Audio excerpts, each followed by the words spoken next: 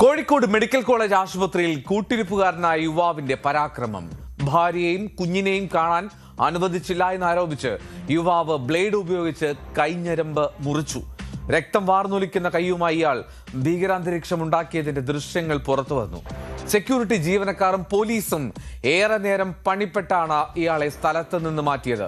യുവാവിനെതിരെ police കേസെടുത്തു.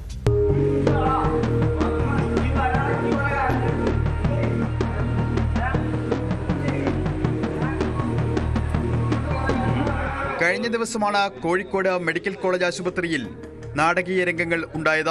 ആശുപത്രിയിൽ ചികിത്സയിൽ കഴിയുന്ന ഭാര്യയെയും കുഞ്ഞിനെയും കാണാനെത്തിയതായിരുന്നു യുവാവ്. എന്നാൽ സമയക്രമം പാലിക്കാത്തതിനാൽ സെക്യൂരിറ്റി ജീവനക്കാർ ഇയാളെ തടഞ്ഞു.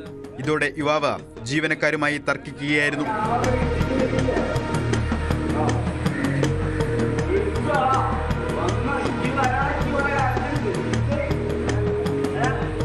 തർക്കം രൂക്ഷമായതോടെ കയ്യിലുണ്ടായിരുന്ന ബ്ലേഡ് ഉപയോഗിച്ച് യുവാവ് സ്വന്തം കൈഞ്ഞരമ്പ് മുറിച്ചു.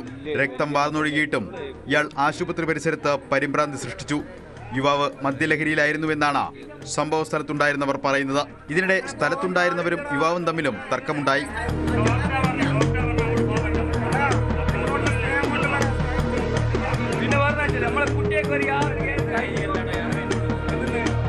ആശുപത്രിയിലെ സെക്യൂരിറ്റി ജീവനക്കാർ വിവരമറിയിച്ചതിനെ തുടർന്ന് മെഡിക്കൽ കോളേജ് പോലീസ് സ്ഥലത്തെത്തി.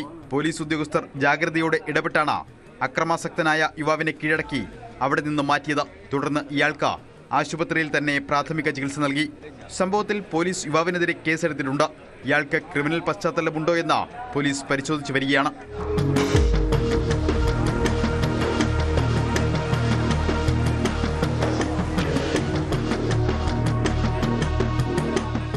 ന്യൂസ് 18 കോഴിക്കോട്.